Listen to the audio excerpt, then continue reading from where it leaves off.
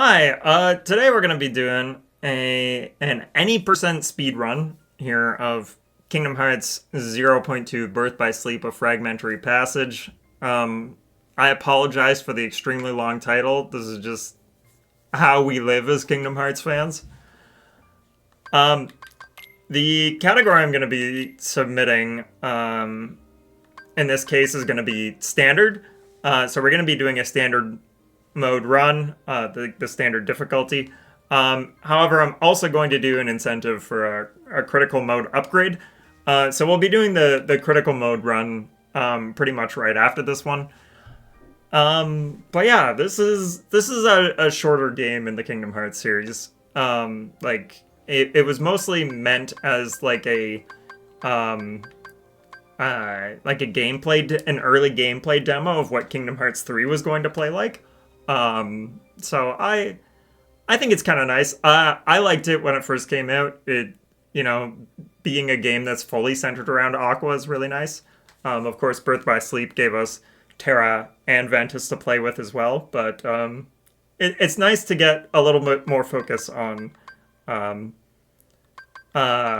heroines like Aqua and Kairi and Naminé and Xion and all of them. So anyway, let's give it a rip. I remembered my timer this time. Okay. We're going to be starting by skipping cutscenes because, RPG. It's just how we do. The Kingdom Hearts openings are, like, always super baller, though. If you haven't watched one before, like, I recommend it. Alright. So, one of the first things that you're going to notice is we're going to be cartwheeling a lot, which is Aqua's dodge skill, but also it gives us a slight boost in speed when moving, so it does actually make us go faster. Poor Aqua is going to have calluses on her hand, the likes of which none have ever seen, but, she's also been stuck in the realm of darkness for 10 years, so, like, how much worse can it get?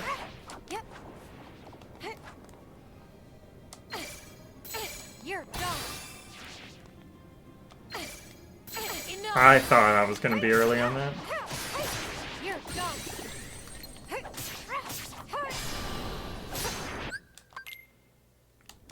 Alrighty. So I actually started this game by learning the critical run, and this is only my second time going through on standard. But I figure, if I can do critical, I should be able to do standard, right?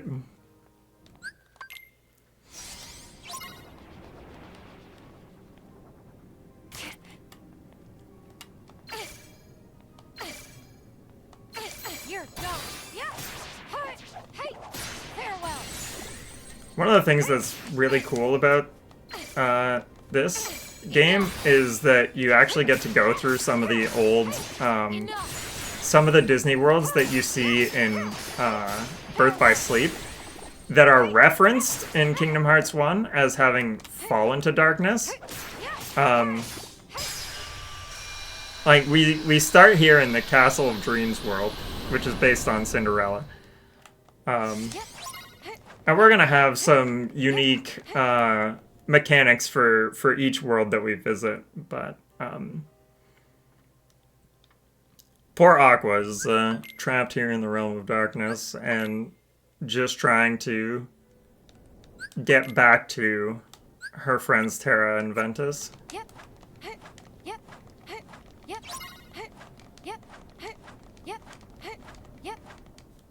One of the cute things that I really appreciate that they put in this particular game that aren't in any other one is you're able to like actually customize Aqua's outfit a little bit. And so the one that I have on right now has like more blue, more like purple hints on it rather than blue. And, considering I'm planning on submitting this for frame fatales. I think I'll try and make a faith-based color palette at some point. But yeah.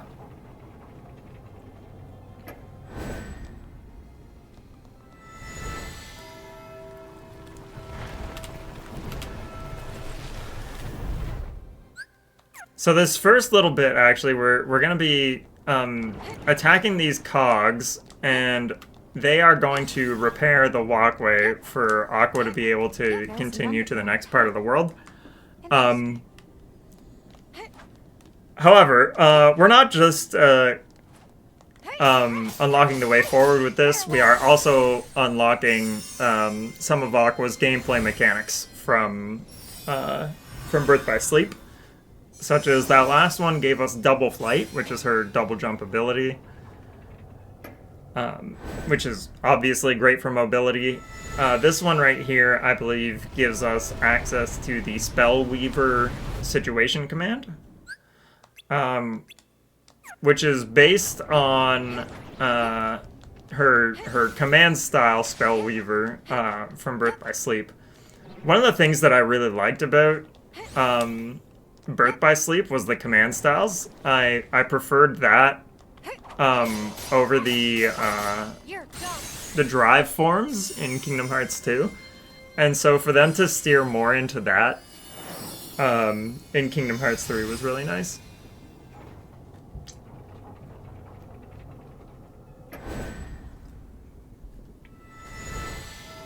These little cutscenes, unfortunately, cannot be skipped, but it's fine. They're not too bad.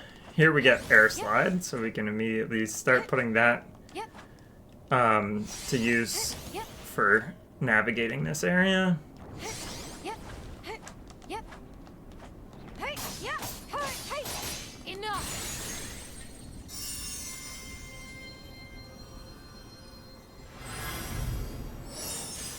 Alrighty, so that's our last cog. So now we're going to be heading back to the main fountain area. We're going to quickly... actually, how are we doing for magic? Oh, we're good on magic. We're just going to go straight into the boss fight then. Sometimes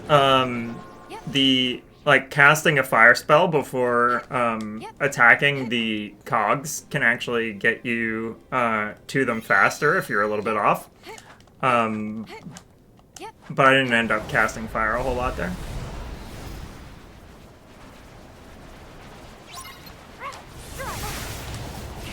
Well.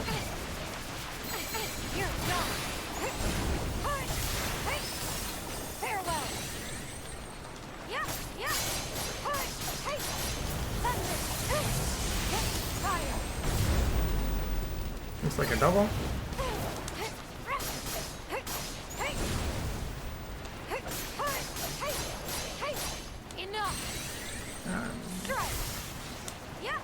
Probably not gonna die here, so that's fine.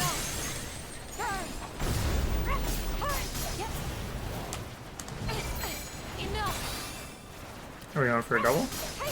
Yep. Really?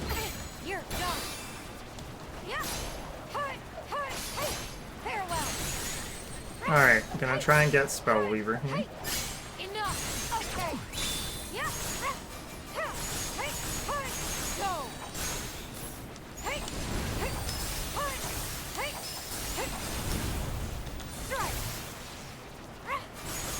Can I get all three? Okay, just two. That's fine.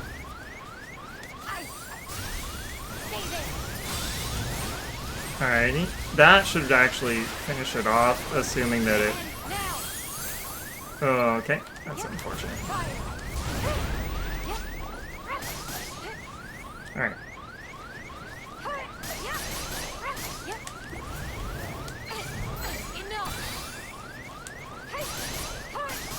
Alright, and Demon Tower number 1 is done. So that's our first boss of the run. Went to skip the cutscene preemptively then. So here we're gonna skip through a couple scenes where Aqua kind of continues through the Castle of Dreams before she moves into the next world, the world within the mirror, which is based on the magic mirror from Snow White. And a lot of these areas are based on areas in the Dwarf Woodlands area from Birth by Sleep. Or at least inspired by. Nope. Missed the jump there. Okay, so we're gonna start. This area here is the most obnoxious for platforming. So we're gonna go jump, air slide, double jump, air slide again. Over here, we're gonna do much the same.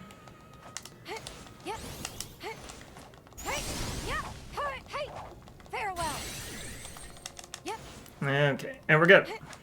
So we can use a fire mid-air there to actually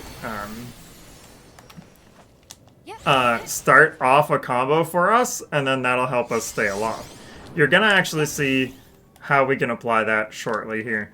This next bit is the trickiest bit of platforming in the whole run. We're going to try and mash air slide to make it to this platform. Is there any point in continuing this fight? This is where I say that's never happened before. I've never made it onto that ledge and then had her fall off. That's kind of funny. So we're gonna go. Nope. These water cores are gonna throw me off. So we're gonna go. Oop. Come on! Aqua, just get up there. We're gonna go jump, dash, double jump, and hammer that air slide. Alright, here we go. Now I'm gonna try to, if you can see this little point here, I'm gonna try and like run off and jump from that point to make our next jump. So we're gonna go 1, 2, we're gonna do our mid-air combo, and now we're gonna hammer on the air slides, and then we're gonna do the same thing. I think I got it. Yep, there we go. And we're good. Now we can head into the Phantom Aqua boss fight. And that is the most obnoxious bit of platforming in the whole run done. When you're fighting Phantom Aqua, when she does those attacks and you guard them, it's very tempting to take the counter opportunity. But it's actually better for you to jump out of the guard and then lead into your own combo afterwards. So you'll see me do that probably in the next instance where we fight her. Unfortunately, some of Phantom Aqua's attacks have very little tell to them, and she also has some attacks where you actually just can't attack her at all. But she was very nice there. Here we're gonna go through 3 mirrors. 1, 2, 3, and now we're gonna turn around and get the 4th one. And head into Phantom Aqua Part 2. The Phantom of the Aqua, if you will. Okay, so this attack, I can't attack her in this, which is unfortunate, but it is the way it goes. You can tell she's queuing that up if you hear her laughing in the background.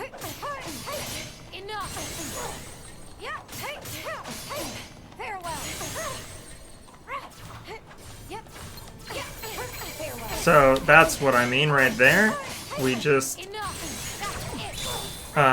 took the... That was unfortunate. I could have just finished her off normally there, but that's fine. Yeah, you can jump right out of your guard, and that'll let you do an actual Keyblade combo attack versus the singular counter attack that will just send her back. This bit is a little bit of a visual puzzle. We're gonna go over here for the first one. It's about 3 rolls to the back and to the right. And then we're gonna turn the camera a little to the left here. Spot our pillar just over here.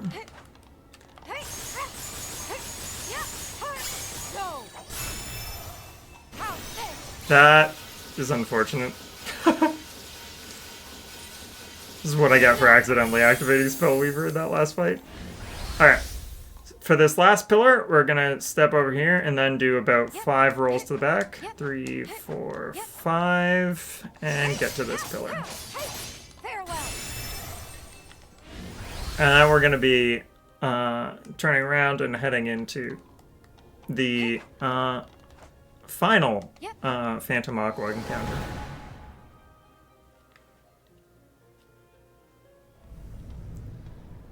You never see it coming.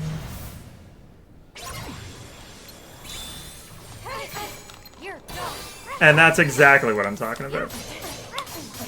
Like you saw when I landed the counter there, I really couldn't capitalize beyond that. She pretty much teleported right out of it. This attack is really fun, actually. It's obviously based on our own Spellweaver command. But speaking of Spellweaver, we can do some nasty looping here, where we just kind of hit her a few times, but never get to the end of our combo. And we can actually just keep hammering on Aqua almost indefinitely here. I'm gonna see if I can go for the style points here.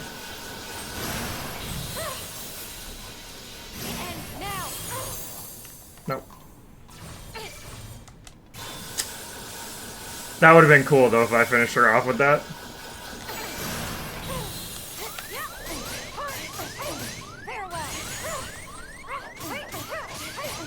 That should be it. Yep. And we are now done with the Phantom Aqua fights. That was the final one.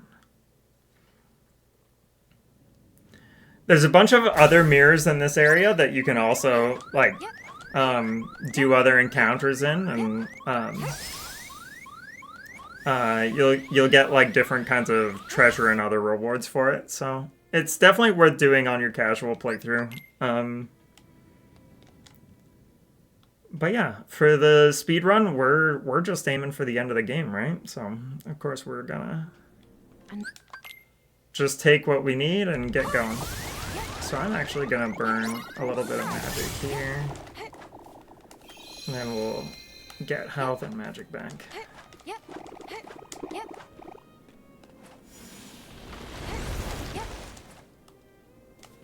Alright. So for this part is based on the Enchanted Dominion, which is inspired by Sleeping Beauty. And we're going to be going through a lot of thorny areas. Here.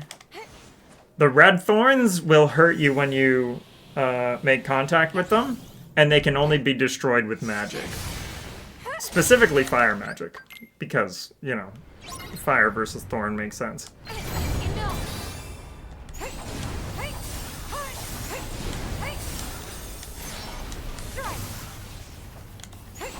get one more. Okay, so I'm gonna try and just...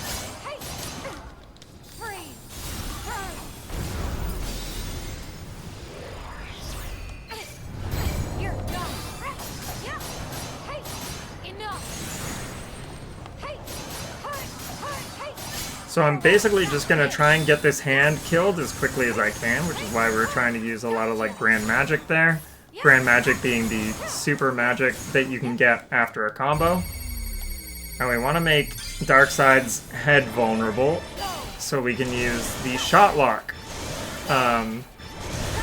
Because the shot locks do a lot of damage. As I'm sure you saw there, we took out almost 2 full health bars, I believe. So this one should definitely take him out. Yep, there he goes. But if we target the hands, and the hands run out of health, then the shot lock will not know where to target afterwards once we swap to targeting the head. So I like to take out the hands manually. I believe there's a speedrun strat involving using items to build up your focus so you can actually just do a bunch of shot locks to just destroy the hands, then destroy the head right afterwards, but I'm less familiar with that specific stuff. I almost always miss that jump.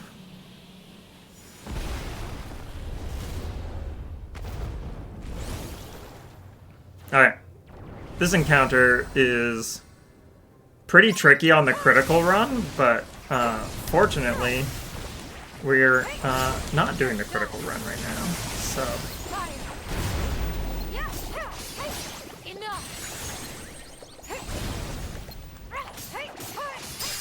Alright, that wasn't too bad. In the critical run, that attack is over in like 3... That wave of enemies is over in like 10 seconds, or never. Or you die. At least from my experience. Accidentally locked on there. So we're just gonna jump over these thorns here. Try to navigate this bit here. Not quite high enough. Oh, okay. I'll take that. From to see.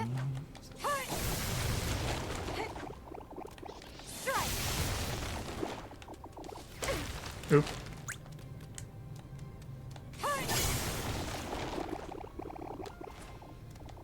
I don't know if there's any sense in me doing this, but I'm doing it anyway. For the meme.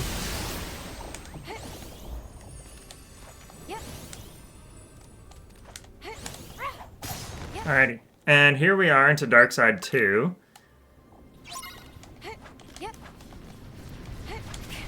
As stated before, our fastest means of travel here is by cartwheeling. The air slide has a bit of a cooldown, so we don't want to be, like, hopping into air slides or anything like that. We basically just want to be doing cartwheels wherever we can. And all the while, we gotta kind of watch our positioning. I'm actually gonna try and take a couple of these.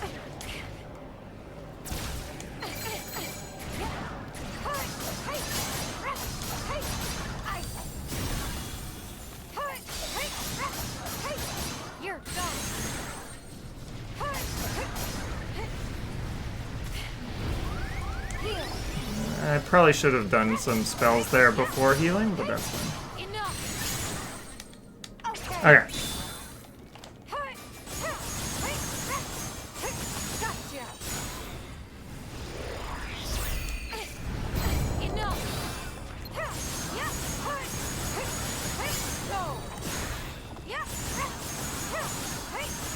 There you go for the finisher.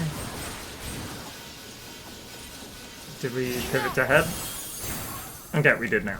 Alright, so same strategy as our last Dark Side, basically just gonna shot lock his head until he's Dunyan rings. Oop. Missed the timing on that one because of the weird camera angle, but I will make that one work. Okay. Alright. Dark Side 2 is done.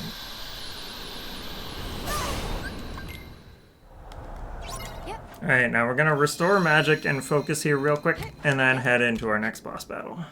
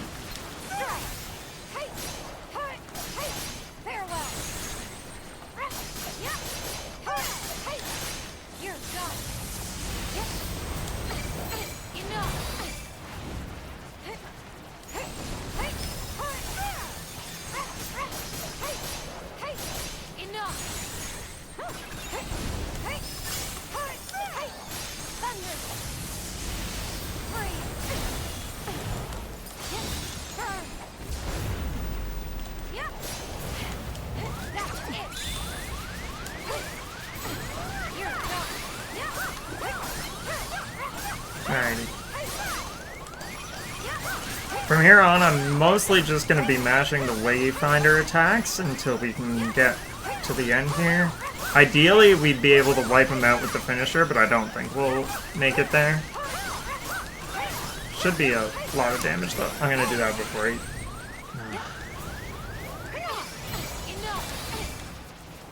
Whenever the Demon Tower goes into an attacking position, like when its eyes glow and stuff like that, it takes like a bit of reduced damage, so it's just worth it to go on the offensive while it's not doing that.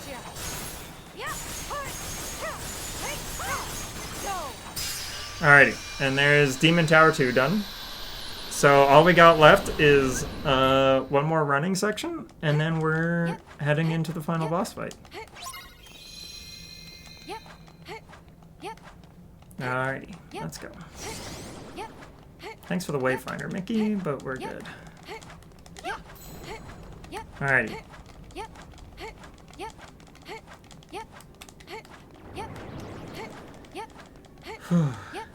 Hip, yep, hip, yep, hip, yep, hip, yep, hip, yep, hip, yep. Feel free to tell me what your favorite Disney World is in a Kingdom Hearts game, finally. Mine's Symphony of Sorcery from Kingdom Hearts Dream Drop Distance. Alrighty. Here we are at the light of the end of the tunnel. Oop. And now we can take the ice rail to the end. Okay. Final boss fight, let's go.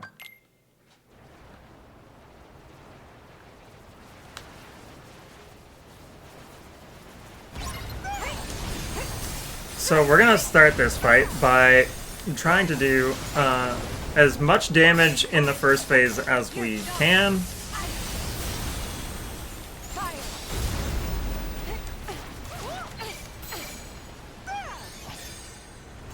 Because we wanna have this guy as low as possible before we enter the Wayfinder phase of the fight. That's unfortunate. Oh, there we go.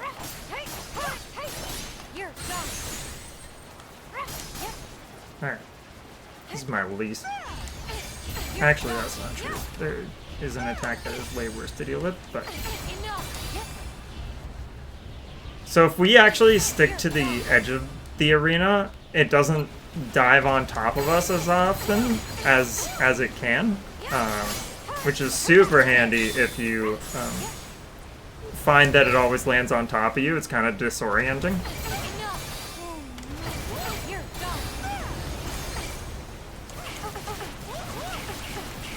Okay, okay. I hate that last attack.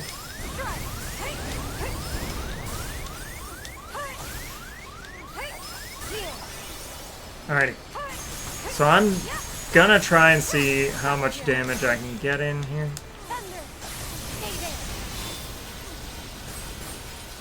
I don't want to lose the Wayfinder though, so... That was cutting it close. Okay, so here we are into the Wayfinder phase. Hopefully I still have that Blizzaja, and I can just use it right out of the gate here. Yep. And now we're gonna do shot locks just like the dark side. Go for excellent if possible.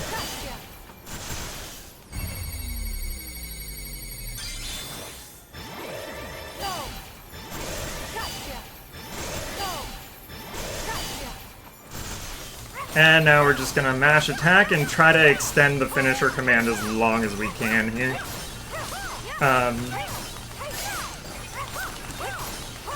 We could also be using some Grand Magic in here for some extra damage, but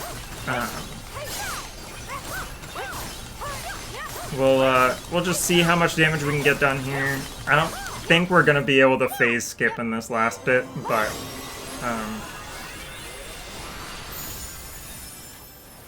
ideally we'd have the Demon Tide a lot lower than that, And then in this next bit, we would basically just skip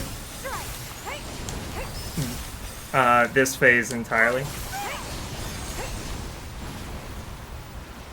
Because unfortunately we can't really do anything to it while it's doing this.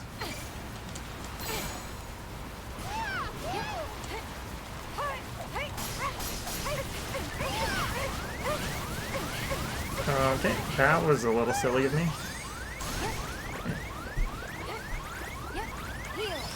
Alright, let's just see if we can get a little bit more damage here before it goes into an invulnerable state. Okay, so now we won't be able to actually deal any damage to it for another little bit. That's fine that we didn't get the phase skip here. I think it's a good, it's good to showcase how it looks if we don't get it as well. I'll try and get a second run where we do get it, so we can see what that looks like, and maybe add that into the video as well.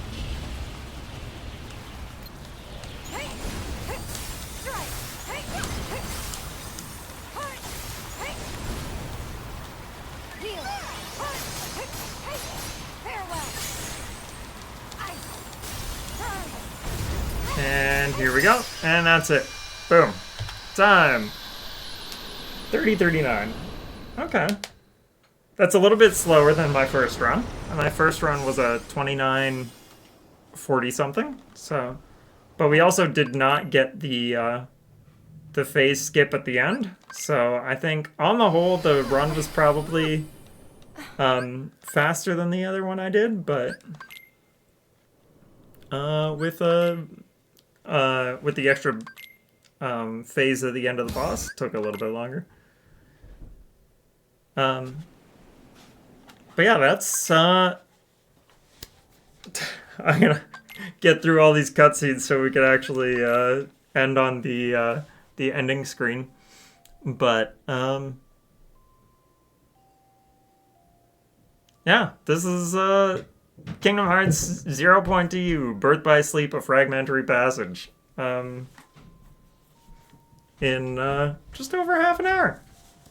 Wow, look at us go.